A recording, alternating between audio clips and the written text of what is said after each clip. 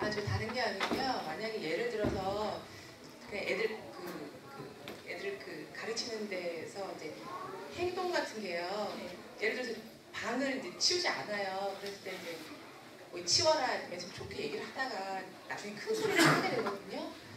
근데 그러면 이제 자기가 알아서 한다고 그거를 이제 놔두라고 얘기를 하는데요. 그럴 때마다 저도 이제 아까 얘기한 것처럼 칭찬을 이제 시작을 하거든요. 근데 그게 갈수록 가다가 그게 안 되는 거예요. 그래서 나중에 끝에는 결국에는 좀 화를 내게 되고 결국에 또 악순환이 계속 반복되거든요.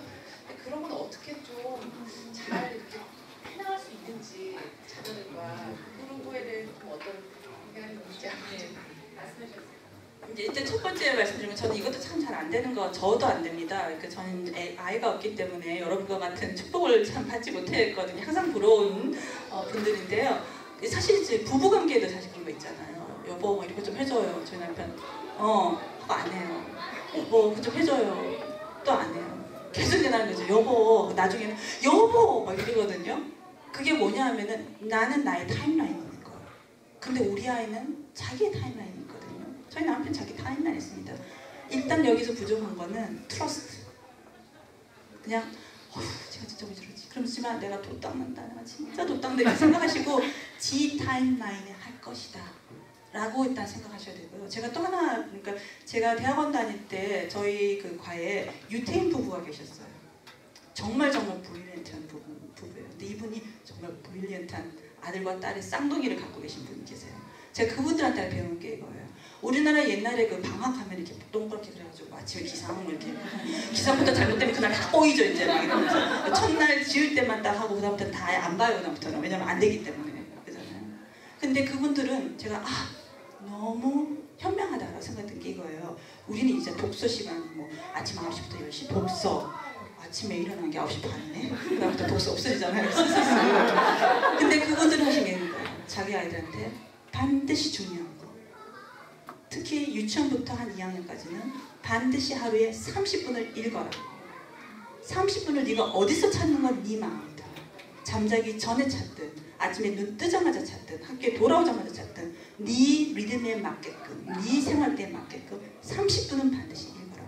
그 대신 네가 만약에 그 눈 뜬 시간에 30분을 못 찾았다? 자는 시간을 미뤄서라도 30분을 읽어라.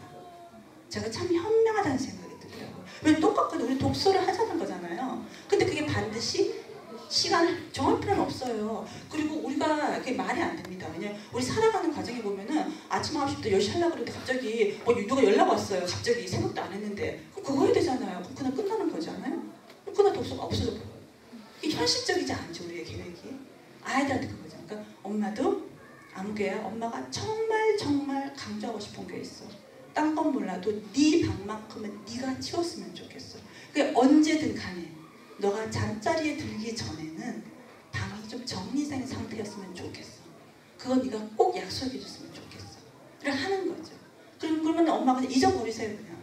그런데 그게 안 하잖아요. 그럼 다시 또 불러 나중에. 아무개야 엄마가 봤더니 처음에는 잘했는데 어느 순간부터 네가 또 방을 안 치우기 시작했어. 엄마가 그건 참 중요해. 이런 이유 때문에 그러는 거야. 다시 네가 꼭 했으면 좋겠어. 그 리듬이 지금 굉장히 필요합니다. 제가 교수 생활을 해보니까요. 정말 중요한 거는 자기 리듬에 맞춰가지고 스케줄을 짜는 거. 굉장히 중요한 기술인 것 같아요. 그러니까 그거를 내 시간대, 내가 지금 당장 치워가 아니라 네 시간대에 해라. 그렇지만 그건 반드시 해야 되는 거다. 라고 하는 거 한번 생각해 보시면 좋을 것 같습니다. 저 뒤에 분이 한 분 손 드시는 거예요. 저 같은 경우는 이제 한국에서 온 지 한 3년 정도 되거든요. 그러니까 미국에 대한 생활이나 미국 문화에 접한 지가 얼마 안 됐기 때문에 근데 이제 조금조금 저도 지나가다 보니까 이런 거는 미국 방식이 좋아서 그걸 많이 따르게 되고 또 이 부분은 한국적인 거를 좀 고수하게 되는데 어떤 면에서 보면 좀 안 좋은 거는 한국적인 걸 하고 좀 좋은 건 이렇게 왔다 갔다 하게 되는 게 있는 거예요. 근데 아이들 같은 경우도 아까 전에 미국 문화를 경험하고 한국 문화를 경험하기 때문에 집에서는 되도록이면 저 같은 경우는 이제 한국적으로 하려고 하는데 아까 강의 내용을 듣다 보니까 너무 그렇게 해도 안 되고 이 두 가지를 다 인정하라고 말씀을 하셨는데 그렇게 할 때 제가 정말 어떻게 해야 되는지 말씀을 들어서 알겠지만 정말 미국적인 것도 고수를 하면서 한국적인 부분도 또 알려줘야 되는데 그게 참 쉽지가 않더라고요. 그러니까 어떻게 하는 게 가장 효과적인지 아이들이 지금 많이 나이가 많지는 않아요. 10살하고 7살? 그러니까 미국적인 거를 고수를 하면서 한국적인 부분은 어떤 거 너무 광범위할까? 예, 아니 그거 되게 중요한 말씀이시고요. 정말 그 제가 생각하기에는요, 그 인지를 시킨다는 게 중요한 것 같아요. 그래서 우리 한국에서는 이런 것들, 예를 들면 식당을 이제 곧 식사 이미 하셨을지도 모르지만 식사를 하러 가잖아요. 그러면 이런 거 있죠. 미국에서는 식사를 가면 이제 메뉴를 봅니다, 다 같이. 근데 서로 이렇게 보면서 이렇게 뭐 먹을까? 나 이거 먹을래. 그럼 옆에 있는 친구가 갑자기 내가 그거 먹으려고 그랬는데 그래요. 그러면 이제 어떻게 사람들이 안타까워서 저는 그래서 처음에는 여기는 다 다른 거 시키는 건가 보다. 그래서 나눠 먹나 보다. 음식이 나왔어요. 나는 안 먹어요. 각자 먹어요. 제가 근데 왜 이렇게 안타까워했지? 한통 시켜도 그만일 텐데 왜 그런가? 그러거든요. 근데 우리나라는 이제 생각해보면 식당을 갑니다. 처음이에요. 그럼 우리 뭐 합니까? 네가 잘 알잖아. 다 시켜줘. 그냥. 그러면 누가 이 집에 짜장면 맛있어. 그래? 나도 짜장면. 다 짜장면. 그죠? 그런 상황이라고 생각해보죠. 그러면 이제 그런 걸 얘기할 때 우리 아이한테 그랬어로 끝나버릴 수도 있는 거예요. 재밌었어. 미국인도 이러네? 뿐만 아니라 왜 그럴까? 한국에서는 네가 먹고 싶은 게 있지만 웬만하면 한국 사람들 친구들한테 갈 때는 그 친구한테 물어봐. 왜냐하면 한국은 그런 걸 참 좋아해. 그래야지 네가 그 친구 데려간 친구를 배려하는 걸로 여겨지거든. 그런데 미국에서만 식당에서 그러면 거기서는 네가 원하는 거를 시켜도 좋아. 왜냐하면 거기서는 개인의 선호도를 중시하니까. 뭐 그런 식의 어떤 대화를 좀 나누는 거.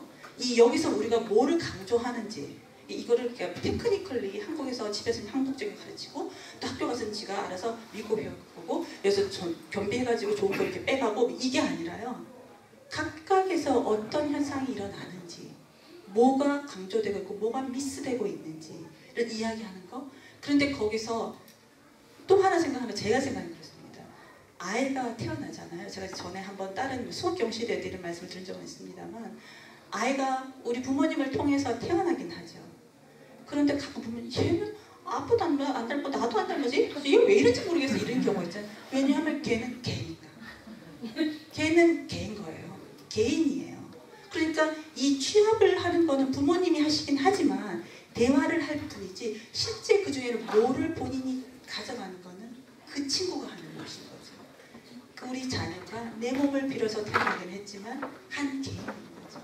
나랑은 굉장히 다르게 살아갈, 다른 세상에서 살아갈, 다른 가치관을 갖고 있고 단지 나는 그 친구한테 얘기를 하는 것 뿐입니다. 왜냐하면 그러니까 이렇게 해가 아니라 엄마는 이런 거를 중시하는 사람이야. 이해를 구하는 거죠. 너랑은 다를 수도 있는데 엄마는 이런 거를 좋아해. 아빠 엄마는 이런 상황에서 이렇게 행동하는 사람이 좋더라. 인지시키는 거죠. 근데 그거를 저처럼 아까 학생들한테 커멘트 줄 때 당연히 지네들이 잘하는 거 알겠거니 하고 그냥 어썸션을 갖고 얘기 안 해주면 몰라요. 그러니까 아이들한테 얘기할 때는 엄마가 얘기하는 거는 너도 그렇게 하라는 것은 아니다. 단지 엄마 아빠가 이런 거를 중시하는 사람이라는 거를 알려주는 거죠. 그리고 본인이 생각하는 거예요. 나도 그런 건 중요할 것 같아 하면 따라 할 겁니다. 어떤 부분은. 그런데 어떻게 생각할 때 엄마 아빠는 근데 나는 그거 안 돼. 난 세계관이 다른 친구들은 이렇게 안 하거든. 다르게 하겠죠. 그러니까 그런 이야기를 어려서부터 계속적으로 하는 거는 우리 아이의 어떤 특정 부분을 기른다라기보다는 우리 부모에 대해서 이해를 시킨다라는 차원에서 더 중요한 것 같아요. 그러니까 우리 아이들이 봤을 때 우리 엄마 아빠가 그렇게 했잖아. 친구한테 얘기해 주시는 거 오해하지 마. 우리 엄마 아빠가 그렇게 한 거는 우리 엄마 아빠는 이런 거를 중시하는 문화에서 오셔서 그래 라고 이해해 줄 수 있는 거거든요. 그 이해가 굉장히 중요한 것 같아요. 우리 부부관계도 그렇잖아요. 그거 알게 되잖아요. 한도 처음에 막 부딪히잖아요. 몰랐기 때문에. 근데 그 다음부터 그게 아니라 여보 나는 이런 게 참 중요한 사람이야 라고 말을 해야 되는 거예요. 근데 그 말은 안 하고 자꾸 딴 얘기 하는 거죠. 그러니까 막 서로 싸우는 거예요. 막 본론은 다 젖혀두고 막 이렇게 나중에 알고 보면은 정말 중요한 얘기 안 한 거예요. 왜냐면 우리 가치관이 다르다라는 부분을 알기 때문에 그 가치관의 대화가 제가 보기에는 좀 중요한 것 같습니다. 예. 저는 한 번만 더 저 뒤로 손자 때문에 듣고 있는데요. 저희 며느리는 5살때 이민을 와서 말은 할 줄 알지만 뭐 글을 쓴다든지 애를 가르치는 못해요. 그래서 제가 우리 손자 한글을 가르치고 싶어서 작년에 이제 한국 학교를 넣었는데 한참 배우다가 제가 또 한국 가서 오래 있다 오는 거라 갔다 오니까 다 잊어먹고 있어요.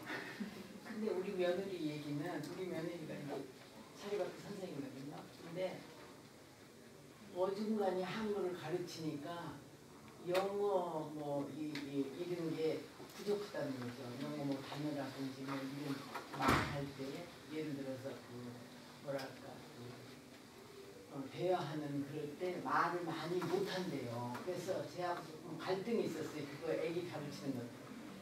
그래서 절대 안 된다. 한글을 가르쳐야 된다. 왜 그러냐면 세계도 변하고 시대도 변하는데 얘가 나중에 거기서 한국 갈 수도 있고 다른 나라 가서 살 수도 있는데 이중어를 한다는 거 요즘은 애들 막 중국어까지 가르치잖아요. 애들을.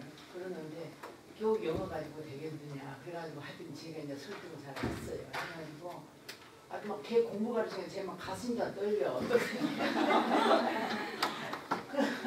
그리고 이제 할머니한테 얘기할 때는요, 꼭 한글로 해야 되니까 지가 말이 안 나면 막 지가 지 머리를 때리면서 막 생각을 하는 거예요. 아, 얘가 굉장히 그 의욕이 있다고 생각하고 제가 가르쳐서 요즘 많이 이제 효과를 봐서 굉장히 이제 좀 책도 더듬더듬까지 이제 읽게 됐는데 우리 이제 중요한 건 우리 며느리가 집에서 꼭 영어를 써요. 지 혼자 애한테는. 근데 나는 집에서만큼은 다 같이 우리말을 하자. 영어권에서 하니까 얘는 갈수록 영어는 더 잘해지고 한글 만약 내가 뭐 아프다든지 뭐 죽어버린다든지 그러면 누가 가르쳐줄 거냐. 그러니까 열심히 집에서라도 열심히 해서 얘가 좀 어느 정도 책도 있고 다 그럴 때 나는 손 떼겠다. 그때까지 집에서 너도 해라고 했더니 얘가 꼭 영어를 한다고. 집안이라도 영어를 해줘야 되는데 집에서. 근데 그걸 어떻게 해야 됩니까? 엄마 혼자 영어 해도 괜찮습니까? 예. 굉장히 의욕적인 할머니, 현명하신 할머니세요. 사실은 그 연구에 의하면 2개 언어를 배우는 어린이들이 하나 언어를 배우는 어린이에 비해서 언어 배우는 한 언어에 대해서 배우는 속도가 굉장히 더디다고 합니다. 한국어와 영어를 다 하는 어린이가 영어 보캐블러리가 빨리 안 늘어요. 그렇다고 한국어도 빨리 안 늡니다. 그래서 언뜻 보시기에 부모님이 보시기에는 얘가 이러다 영어도 한국어도 아무것도 못하겠다 불안하거든요. 그래도 막 한국어 해야 돼 아니면 뭐 영어 해야 돼 고르게 되거든요. 근데 사실 할머니께서 지금 말씀하시는 게 학문적으로 연구에 의하면은 그 시기를 거치게 되어 있습니다. 일정 시기가 지나면서부터는 그 학생들이 굉장히 플루언트하게 되고 양쪽 코드 스위칭을 하면서 그게 가능하거든요. 그래서 사실은 그 인내가 굉장히 필요합니다. 근데 대부분의 부모님이 그 길을 못 견뎌하죠. 얘가 이거 어떡하지? 다른 애들은 막 벌써 저 챕터북도 막 있는데 우리 애는 아직도 막 그림책 읽고 있어. 어떻게 해? 막 이런 경우가 있거든요. 그 시기를 거쳐야 돼요. 근데 제가 듣기에는 그 며느님이 영어가 편하시잖아요. 그렇죠? 우리하고 또 다른 거예요. 그 며느님이. 그리고 엄마이기 때문에 아이하고 소통하고자 하는 욕구가 있잖아요. 제 생각에는 집안에 한 명 정도가 영어를 하는 거 큰 문제 아니라고 생각합니다. 그거에 너무 예민하게 받아들이지 않으셔도 될 것 같아요. 그렇지만 손자신가요? 손자가 우리 할머니는 한국어를 굉장히 중시해. 그래서 할머니 앞에서 내가 한국어 해야 될을 알고 있잖아요. 할머니가 계시는 동안이라도 손자와 한국어를 하시는 거 나중에는 손자가 아마도 감사하지 않을까? 라는 생각을 저는 개인적으로 합니다. 그렇기 때문에 그냥 그걸로 만족하시고 또 요즘은 그 옛날식으로 뭐 글자 쓰고 이것도 중요하지만요. 팝컬처가 있잖아요. 뭐 싸이라던가 뭐 요즘에 뭐 케이팝 이런 거 텔레비전, 영화 너무나 좋은 매체예요.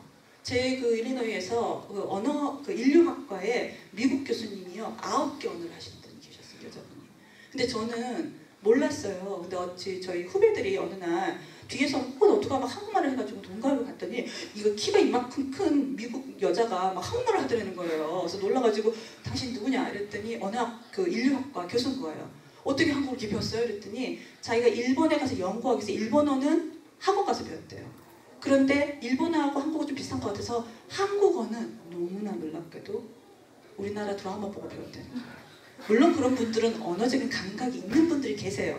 그런데 할머니가 기초를 닦아주시면 그 다음부터는 손자가 그런 거를 찾아다니면서 볼 수 있으면 좋겠죠. 그러니까 그런 것들, 그러니까 옛날 방식으로 너무 이렇게 가르치려고 하지 마시고 가끔 뭐 한국 드라마도 한번 같이 본다던가, 예, 그런 것들을, 예, 예, 너무 좋아.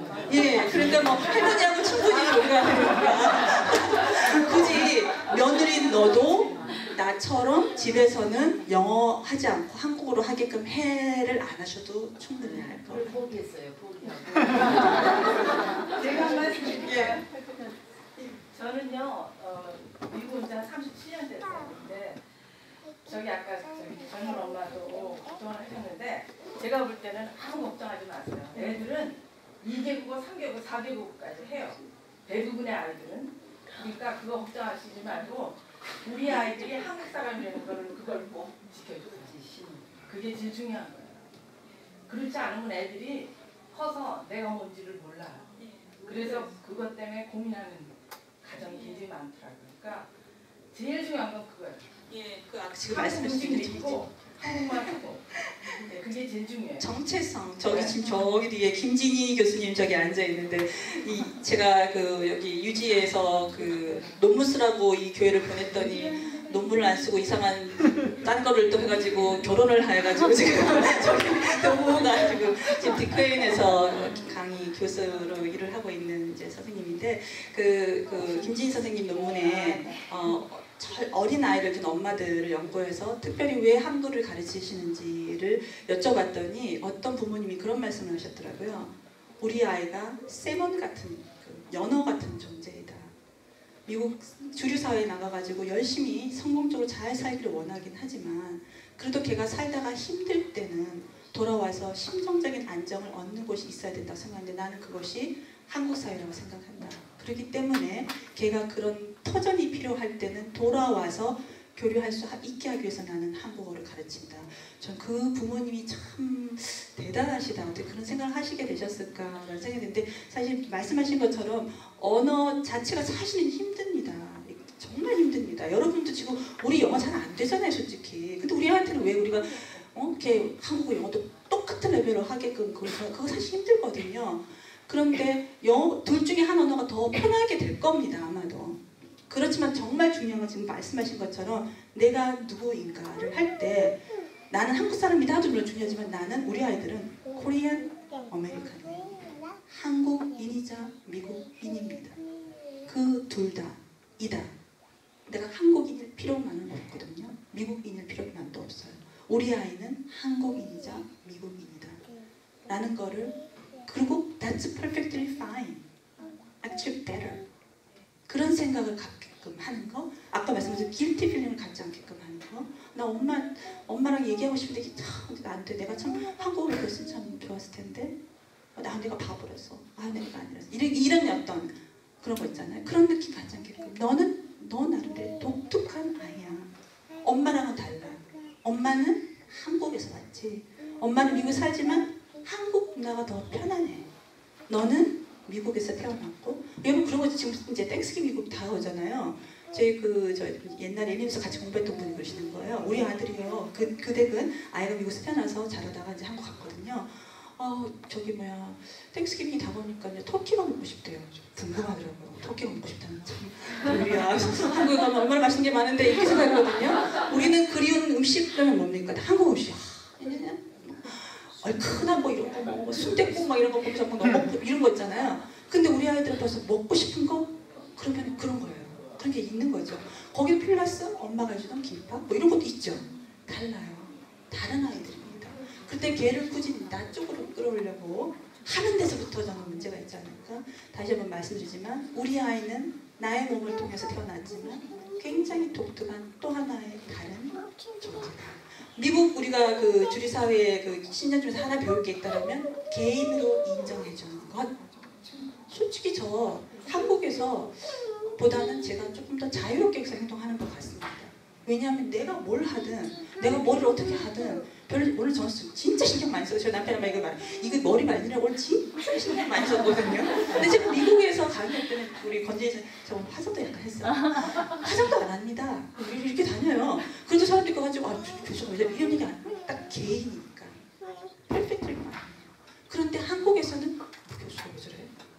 옷을 입고 다녀? 머리가 왜 저래? 이런 얘기 할까봐 오늘 막 진짜 엄청나게 신경 쓴 거거든요. 효과를 보고 있는지 모르겠습니다. 비디오를 좀 한번 봐주십시오. 그렇거든요. 근데 그것만은 우리가 참 배울 점인 것 같아요. 그런데 너무 개인만을 강조하다 보니까 주변을 좀 덜 살피게 되는 것은 또 단점이겠죠. 우리 아이를 하여금 어떻게 그거를 잘하게 할 수 있을런지, 그리고 어떤 문화권에 갔을 때 거기서는 개인을 중심으로 본인의 자랑스러운 걸 드러내도 되지만, 또 이쪽 문화에서는 코드 스위칭이라는 게 영어에 이런 거 있잖아요. 얘기하다가 갑자기 내가 영어 참 안 된대. 순간 어떤 때면 단어는 영어를 합니다. 그런 거 있잖아요. 가리 뭐 이런 식의 그런 것들 영어를 갑자기 코드 스위칭을 하잖아요. 우리 아이도 코드 스위칭을 하거든요. 수시로 해요. 근데 코드 스위칭은 언어만이 아니라 행동에서도 코드 스위칭을 할 수 있어야 되거든요. 그러려면 인식이 있어야 된다는 거. 그런 걸 좀 신경 써주시면 좋을 것 같아요. 어쨌든 예, 마지막으로 한번 저기 지금 보니까 동영상으로 강의를 녹화하시는 것 같은데 다른 데서 강의하시는 것도 이렇게 녹화를 하시나요? 아닙니다. 아니세요? 예. 왜냐면 지금 하신 강의 말고도 이런 비슷한 걸 또 다르게 강의하신 걸 저희가 어떻게 예. 볼 수 있는 게 있나 해서. 예, 예, 제가 따로 강의는 하지 않고요. 제가 생각해 보니까요. 한국에서는 문화센터나 이런 것들이 있어가지고 부모님들이 근데 가실 수가 있잖아요. 근데 여기 오니까 이게 참 그런 게 없잖아요. 그래서 제 개인적인 생각으로는 제가 이게 오늘 정말 초빙해서 너무 감사하고요. 시간이 되면 이제 조금 더 제가 방송국에 하는 이유도 사실 그런 이유는 일단 얼굴이 안 난다는 편안한 점도 있고요. 그런데 또 이제 하면은 좀 시간이 되면 제가 뭐 봄에 한 번, 가을에 한 번이라도 애틀랜타에 계시는 이제 부모님, 한국 한인 부모님 또 조부모님들을 모시고 이런 이야기를 좀 나누는 그런 시간을 좀 더 가져야 되지 않을까 개인적으로는 생각하고 있습니다. 그래서 앞으로 좀 더 노력하겠습니다.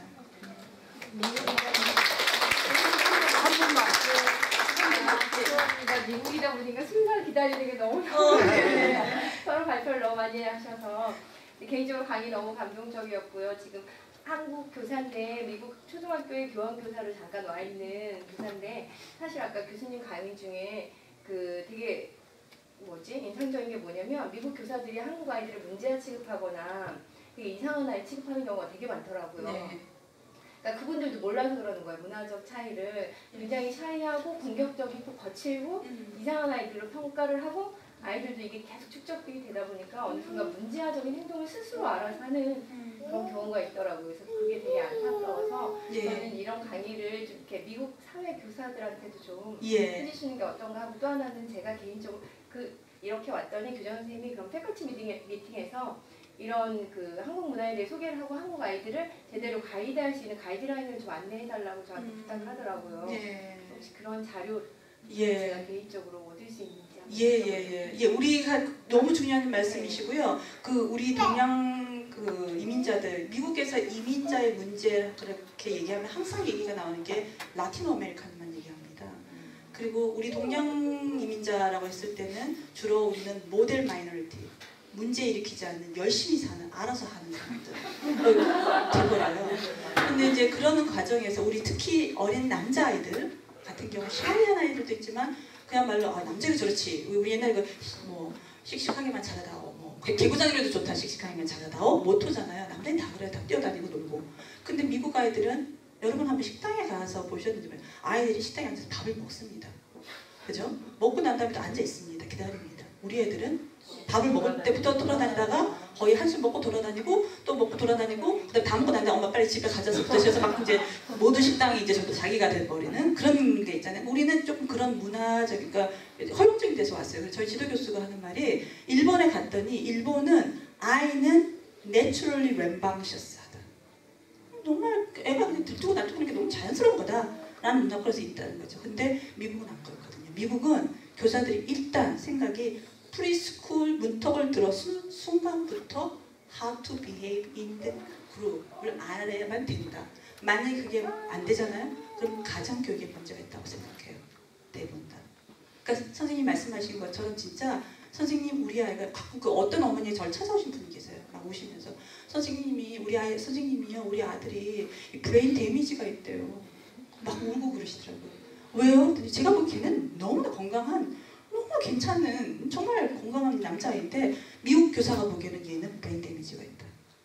쟤를 안 주다고 막 뒤들고 다닌다. 라고 생각하는 거죠.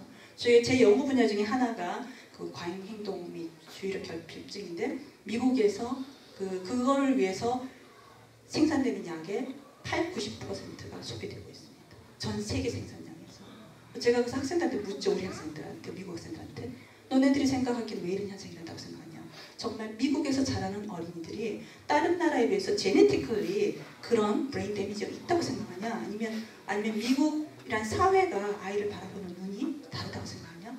대부분 다 오버 다이그노시스 문제를 제기하긴 하는데 그럼에도 불구하고 이 문화적인 기대치가 있잖아요. 아이는 이렇게 행동해야만 된다. 학교에서 이렇게 해야만 된다. 라는 게 그냥 거기에 벗어날 때는 이거 뭔가 비정상. 얘가 문제거나 얘네 부모가 문제로 인치는 경우가 있거든요. 아까 말씀드린 것처럼 그 개별 아이들의 특성을 찾는다는 게 장점도 있지만요. 그게 굉장히 잘못되면 위험할 수도 있습니다. 거기에 고착돼서 로우 레벨에 있던 아이가 영영 로우 레벨로 가는 경우가 있거든요. 그게 지금 큰 미국 사회 교육에서 문제입니다. 특히 저소득층, 마이너리티, 유색인 가정에서 오는 아이들한테는 한 번 최저 행동 그룹으로 여겨지면 그게 끝까지 가는 거죠. 그러니까 그런 거가 있기 때문에 제가 그래서 부모님들한테 우리 애가 자꾸 이렇게 자꾸 경고장 받아오고 선생님한테 이렇게 그런 거 하잖아요. 뭐 여기 오늘 또 이렇게 이름표를 오늘 또 빨간 데 옮겼다 그러고 이거 어떡하지 이렇게 고민하지 마시고요. 얘가 영어가 안 돼서 주변에 성당 너무 좋잖아요. 주변에 이렇게 선생님들도 계시고 영어 하시는 분도 계시잖아요. 선생님 찾아달라고 했는데 내가 영어 안 되는데 좀 나랑 가주면 안 돼요? 꼭 가십시오. 그냥 계시지 마십시오. 아까 스피크업을 하라고 그랬잖아요. 여기는 말을 해야만 되는 겁니다. 선생님 제가 걱정이 돼서 찾아왔습니다. 우리 아이가 거의 매일같이 이런 워닝카드를 받아오는데 선생님 이게 무슨 상황인지 제가 일단 이해를 해야 될 것 같습니다. 들으십시오 일단. 그리고 난 다음에 선생님 너무 죄송합니다. 그런데 제가 우리 아이가 이렇게 한 거는 어떤 선생님한테 일부러 그러는 것이 아니고요. 우리 아이가 그런데 아직 좀 그런 문화권이 아니기 때문에 그렇습니다. 라는 걸 이해를 시키실 필요가 있습니다. 절대로 계시지 마십시오. 왜냐하면 계시면 계실수록 오해는 쌓이고 우리 아이한테 주어져야 될 제대로 된 교육이 제공되지 않을 수가 있거든요. 그러니까 그런 거를 좀 스피크업 하시라는 거, 그리고 좀 용기를 가지시라는 거, 그런 거를 좀 말씀드리고 있습니다. 어쨌든 너무 감사합니다. 오늘.